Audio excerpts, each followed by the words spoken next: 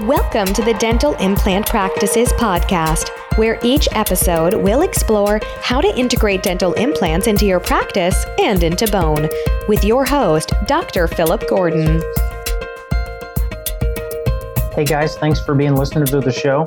Go to dentalimplantpractices.com and find all of our resources. Also find us on Facebook, Dental Implant Practices page on Facebook, and go to iTunes and leave me a review on iTunes so we can help spread the message. Thanks. Welcome back to another episode of the Dental Implant Practices podcast. I'm your host, Philip Gordon, and today it's a huge honor for me to introduce Jonas Ehinger. Jonas, thanks for being on the show today. Thank you, Philip. Now, Jonas, you are the CEO of Osstell Company, the device that gives readings for implant stability. Why don't you tell my listeners a little bit about yourself and how you got involved with the company and a little bit of the background of the company? Sure. I'm actually an engineer, and I worked in the life science industry since the early 90s, essentially. Got more involved with medical devices in the late 90s, and especially in orthopedic and cardiovascular surgery. And 8 years ago, it was around 2010, the owner at that time of Osstell approached me for some help, from a board perspective. But shortly after that, strategy and the agenda for the owner changed. They wanted to accelerate things with Osstell, and they asked me to take on the task as the CEO, which happened in 2010. And when I started with Osstell, it was relatively early. We were at the third generation of the product, but the validation was still halfway there, and there was a lot to do on the clinical validation of our product and our concept. So it's been a very exciting time over the last 8 years, and I think we've accomplished a lot. And we also see the traction that we have generated over those years. So it's been a very exciting time, and we're in a strong position in terms of osseointegration, monitoring, and how to use this clinically. So our focus now is to show and guide users in how to understand the measurement that they're doing with our device. It's really the best for everyone, both for patients and for the clinicians, of course. Excellent. Now, how would you classify the Osstell devices? Is it an implant stability measurement or osseointegration measuring, or a little bit of both? Because there's probably various times people would want to use this, maybe at placement and at restoration checks. Yeah, Philip, that's a great question. It's a little bit of both. That's the short answer. Well, we actually measure stability, but depending on the changes in the stability of the implant, you can derive what kind of osseointegration or the extent of osseointegration you're dealing with. So, and our recommendation is to measure at placement and then before restoration of the implant. If you see an increase in stability between those two measurements, which, is separated in time, obviously you have osseointegration going on. And there's quite a bit of studies showing what kind of stability levels you should look for. To actually go ahead, to make the decision to go ahead and load that implant. So the short answer is it's a little bit of both. So it measures stability, but it also tracks the changes in stability. The changes in stability is really what tells you about the osseointegration process. Great. I think that's very exciting. First, I would love to jump into, you were talking about the generations. What generation of Osstell device are we on now, and what types of devices does your company sell? I know maybe there's a couple different ones. So talk about what generation we're at and what is or are the best devices for people to get. Yeah, we're actually at the fourth generation in the U.S. market. In some markets in the world, there's still the third generation, because of long registration times. And the difference between the fourth generation i.e. the current generation, and the previous generations, is that the current generation of Osstell instrument can track the stability changes over time. Earlier, you just got the value, a stability value, which we call ISQ, and you had pretty much to write it down or make a note of it, and then as you brought the patient back to do restoration, then you measure again, and then you had to bring up your old value, etc. Well, the current instrument actually keeps track of all that for you. So you can easily on the instrument bring up the previous measurement for the patient and implant position. And it will show you went from, say, low stability to medium stability, and it will also give you a recommendation based on the scientific guidelines. Whether that implant is ready to load or not, or if you should wait, some additional time. So that's the main difference. And the current instrument is also connected for the users who want to utilize that feature. It also has a cloud service, which is comes with every instrument. So the user's data will be uploaded and backed up into a cloud service. And that cloud service also offers additional functionality and essentially insights into the implant treatments that you're conducting at your specific clinic, and benchmark it, versus other clinics. Similar types of patients, same implants, what kind of healing times are other clinics seeing. It's all anonymous, of course, and HIPAA compliant. But it's a way to kind of fine-tune the implant treatment for each specific clinic. Okay, so one's just a straight little quick check on the measurement, and the other is kind of more of like a computer and does quite a bit more functionality. Yeah, it's kind of to use an analogy, it's kind of with a traditional cell phone and a smartphone. That's pretty much the difference between the current generation and the previous generations. Excellent. Well, it's good that there's continual progress being made, and it just continues to show innovation in the technology and the company that making a better product for the user end, and so that's good. So you've got the Osstell devices, and those are basically a little measurement device that has an end on it, the probe, and that is connected to the device, and then there are little pegs that the clinician screws into the implant, kind of like a kind of like an impression pin of some kind. And those are magnetized at one end. And what happens is you put that in the implant, and then you bring the probe close to, but not touching, the peg, and that's how it gets the reading. Is that correct? That's exactly correct. So it's completely non-invasive. You don't really expose the implant to any significant force or almost no force. And because it's contactless, measurements. So the actual, another way to describe it, the little pin or peg that you attach or screw into the implant internal connection has, like you explained, a small magnet. But this peg is designed specifically for each implant type. Because it varies a bit with the design of the implant, the length, etc. So they are calibrated per each implant type by Osstell.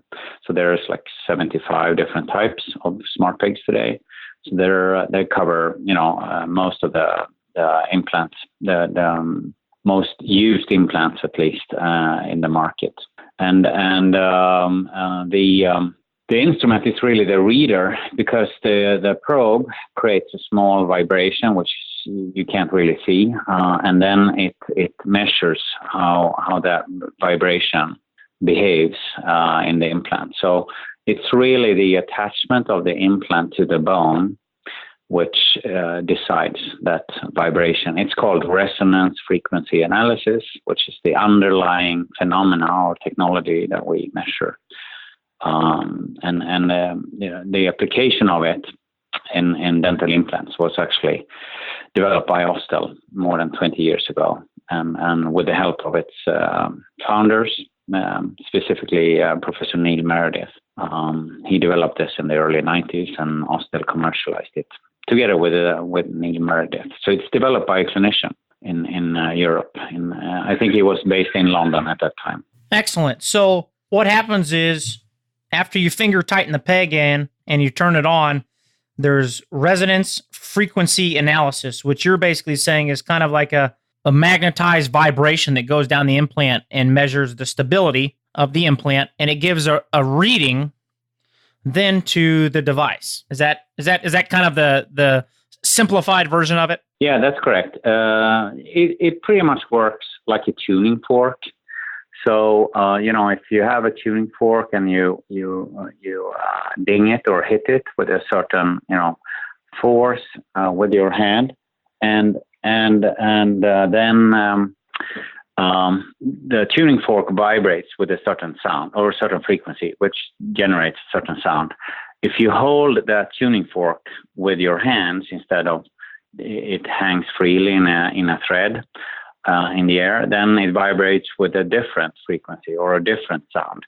And that change is measurable also in implants. So as the bone integrates more and more with the implant, then the resonance frequency, that vibration of the implant changes, and the stability changes, obviously. So that's how we measure it with this technology or this phenomenon.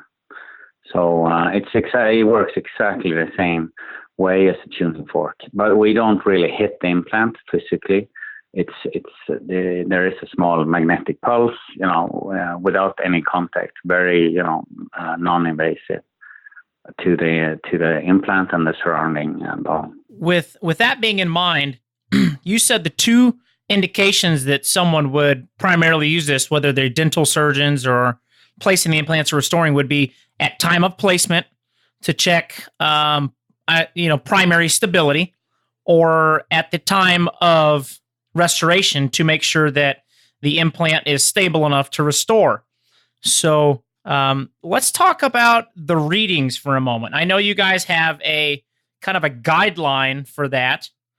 The ISQ stability meter, right? And let's kind of talk about that a little bit, because you guys have that on your website, and the technical explanation at the top says ISQ has a non-linear correlation to micromobility, and then you've got some numbers there, and so those numbers are what you're reading.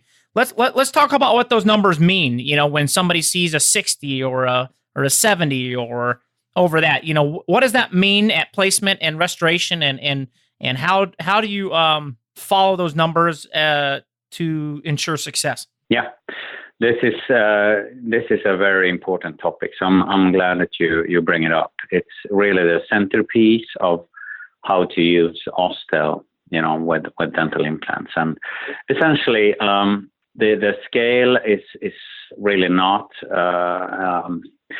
something that Osstell has. The values and the recommendations is a scale which Osstell has really not developed. It's based on more than 800 studies and some guideline recommendations by clinicians. So there are certain decision points in that scale. For instance, it has been observed that if you load an implant with a stability, an ISQ value of below 60, you're going to see up close to 20% failure rates or more because of too early loading. If you instead wait until you see ISQ or stability values of 70 or above, you will pretty much not lose any implants due to too early loading. Of course, biology is always present in the around the implant and the patient anyways. So of course they're measuring with Osstell is not an absolute biological predictor, but it will prevent too early loading, and thereby you'll be able to avoid certain early failures of implants.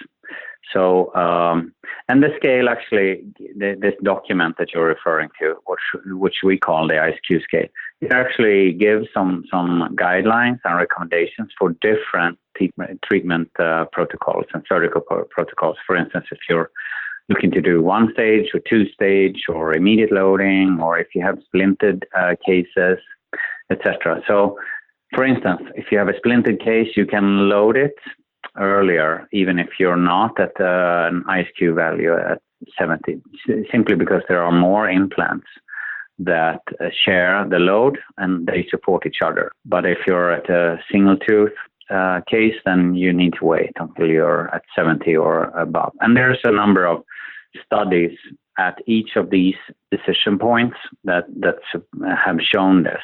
So it's all based on science and evidence.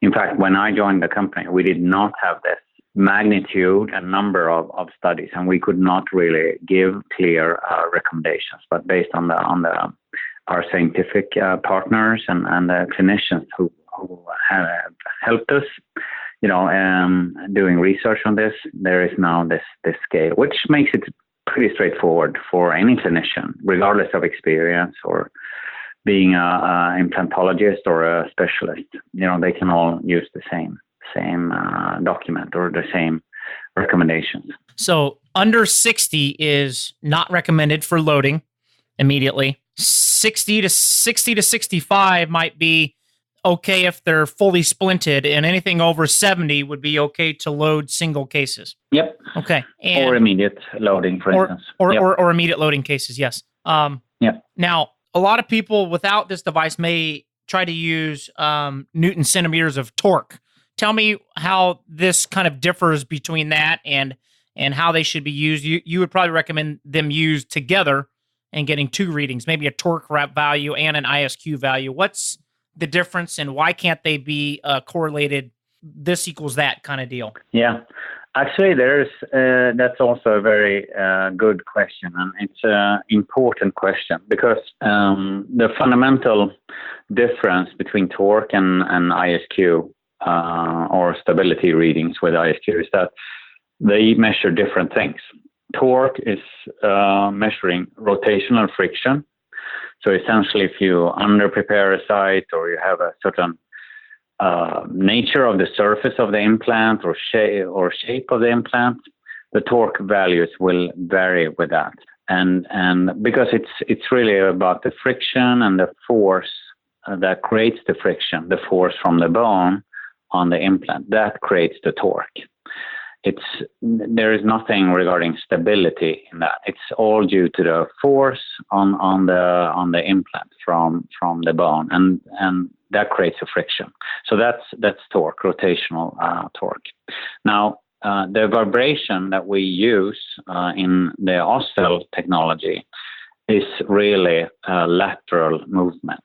So you vibrate the implant, and if it's not stable, then that vibration will be bigger. It will vibrate more and move more, and that we measure. If it's stable, then it will vibrate less or move less. So it's the important thing here is that Osstell measures lateral mobility of the implant, whereas torque measures rotational friction. So there are two different parameters. Now, torque is important because it tells you a lot about the placement of the implant and the nature of the site, or how you prepare the site, what kind of protocol you're using, what kind of implant you're using. It's what most clinicians would refer to as a design feature. Torque is something you can design, at least to some extent. And ISQ is something that you can't really design. Either it's stable or it has some level of stability, and it can vary for the implant. So those are the main differences. The third main difference, those are the two main differences. There is a third, which is really important. That with torque, you can measure it at placement. That's an obvious, and it's a clinically relevant parameter. for various reasons. But it's really difficult to measure torque before loading or before restoration, because that means that you would have to torque that implant again. And in doing so, you risk actually stop the osseointegration, because you start turning the implant and you disrupt the healing process. And you create a spinner, which probably will not heal or start to osseointegrate again. So it's very invasive to the bone and the implant. And Osstell being non-invasive, and I won't really risk the implant during the integration, especially if the integration is slow, which you see with certain patients or certain indications. And with Osstell, you can measure as many times you want. You won't really influence in any way the osseointegration. But with trying to do a reverse torque test, or even a positive torque test, trying to torque the implant more risks the implant. It's pretty intuitive that it's almost like looking at a tree which you have put in the ground, and then after a couple of months you pull it out of the ground to see if it has formed any roots. So essentially, you will know the answer, but the tree will not be in the ground anymore if you pull it up. So same thing with the reverse torque test. Yeah, excellent. I've never actually done the reverse torque test, and I don't recommend that for people.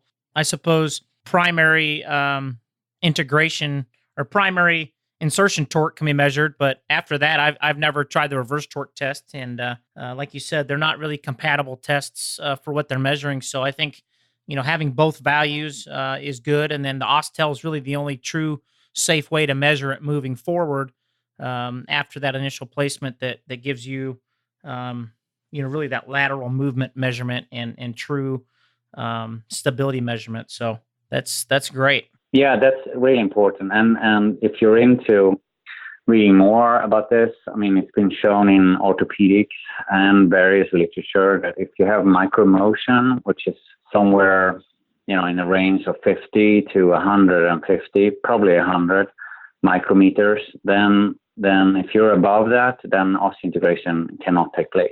It's the same for orthopedic implants also.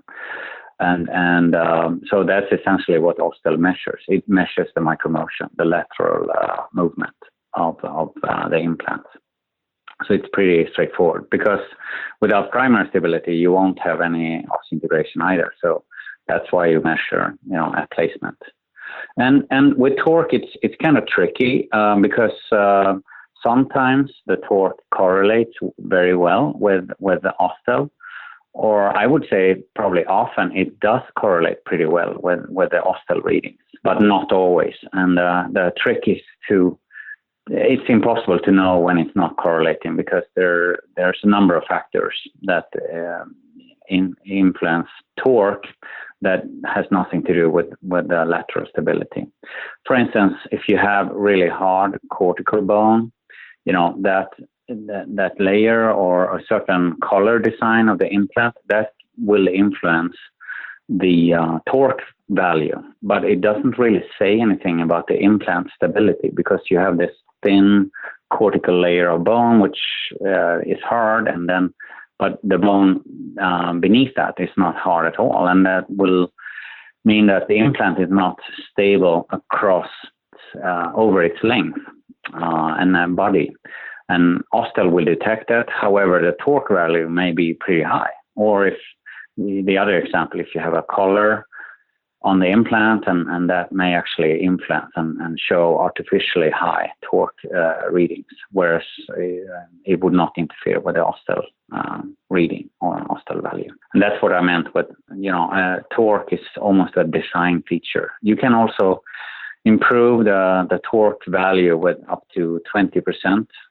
From what I've seen in the studies, by under-preparing the site.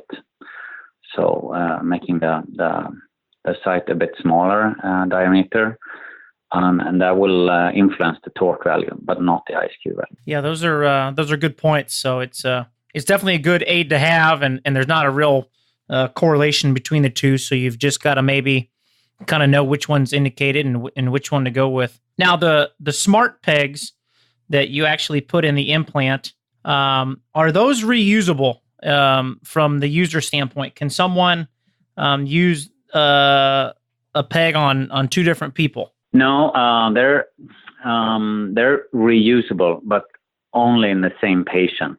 So they're made from soft aluminum and that's a design that we chose many years ago to design those smart peg bodies out of aluminum instead of, say, titanium. So they don't handle autoclaving and sterilization very well. And they will mechanically wear down after a couple of insertions. It's depending on how you treat the smart peg, how hard you tighten it, for instance. But relatively quickly, the smart peg's connection to the implant will deteriorate. And that means that your will start to get readings that are not completely accurate.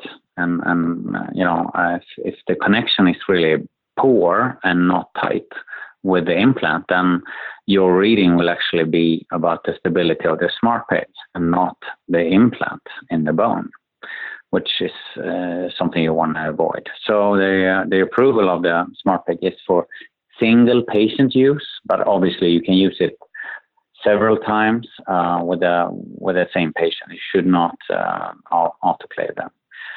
And again, we chose to design them from aluminum, soft aluminum, a real soft type of aluminum alloy.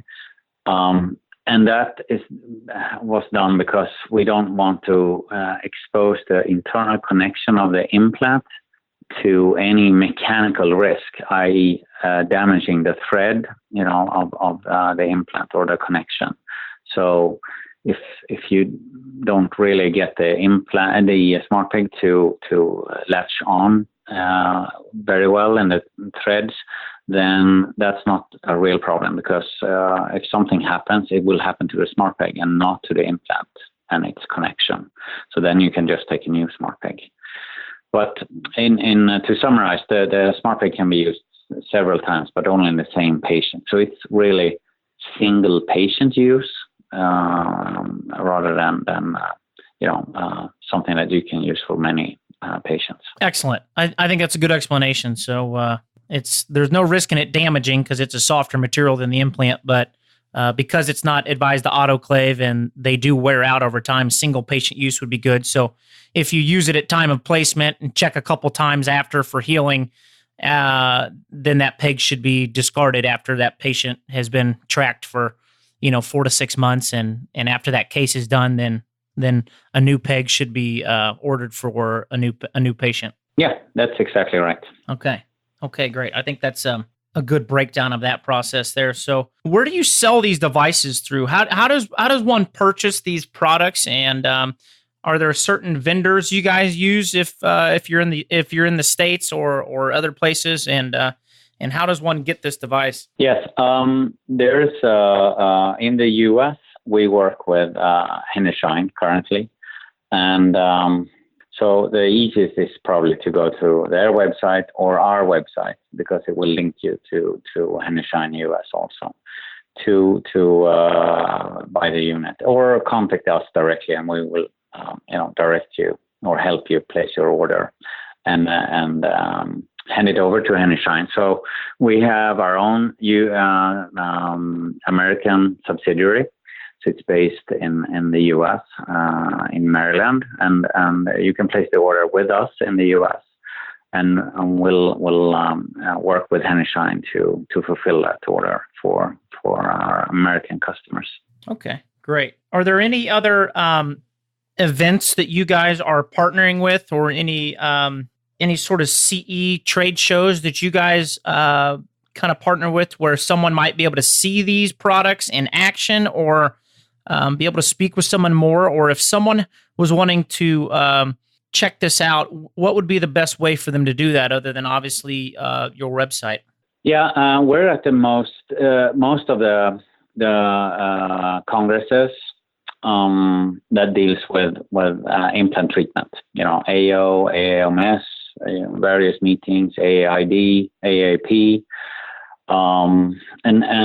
so we're typically not at the big general dentistry type of meetings like Great New York Dental Meeting.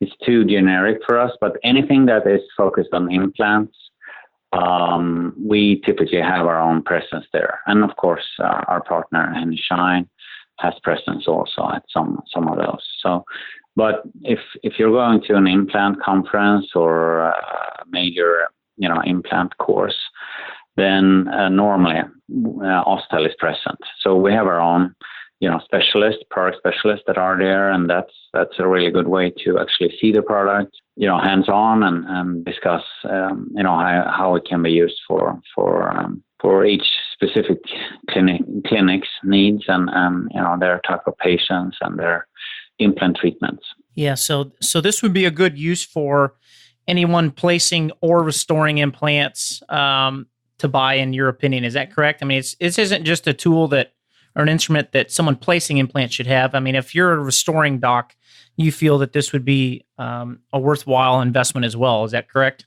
Yeah, well, actually, it's interesting that you ask, because in the U.S. Specifically, we have quite a few customers that do not place; they restore implants, and the typical mindset they have is that they want to make sure that implant is stable before they put on the rather expensive prosthetic work and go ahead with the restoration, because if there are any problems, they are the ones that will have to deal with it and the patient, at least initially. So in the U.S. we've seen a bigger portion of customers that are restoring implants, not placing. We think it has a lot of value to both. Even if you're not placing implants, then it's a safety net or an insurance safety check, or however you want to describe it, before you actually go ahead and restore that patient. So it's that way. There's always that double check that healing is good, we can proceed. Because I think that's the question some dentists have, is how do you know when an implant is ready? And depending in various parts of the mouth and various types of prosthetics, that might be a different number.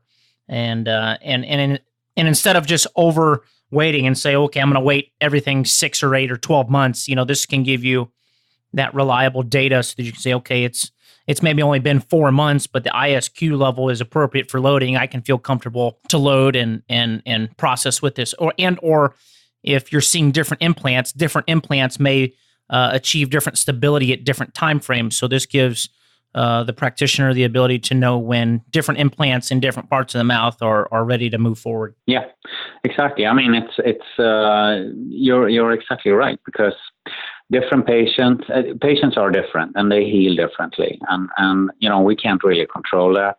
And like you say, different implants, different positions in the mouth, they all exhibit different behaviors. So this is Osstell really allows, customization or individually adopted, healing time for each implant in the same patient, but also for different patients. So it's really the best way to know that an implant will handle the functional load of restoration, and thereby. And that has also been shown in numerous studies. Thereby, by using Osstell for your implants, then statistically you will be able to reduce the healing time on average in your patient population. And of course, you can also take on patients with risk factors or that have diabetes, or if they're smokers or bruxists, etc. Then with Osstell you'll be able to ensure that there is enough stability and there is enough of osseointegration to restore the patient, regardless of if it's a short healing time or a very long healing time. But so it will tell you regardless, and it will also allow and thereby it will allow the the dentist to really try to reduce the treatment time without increasing the risk, and that's pretty much the value that Osstell delivers. Excellent. Well, I feel like we've covered a lot of the major topics that I had set out for the interview. Do you feel like there's anything on your end that you think we should cover that I haven't quite asked of you yet, or is there anything else that we haven't gone over that you think would be beneficial for people to know about? Yeah, we're trying to. We've been around for now 20 years. We only do this. We don't have any other products. We only do ISQ instruments and smart pegs. And we try to, because we've been working on the technology, so we think that the core technology, the measurements and how the system behaves, etc., it's very solid and very predictable.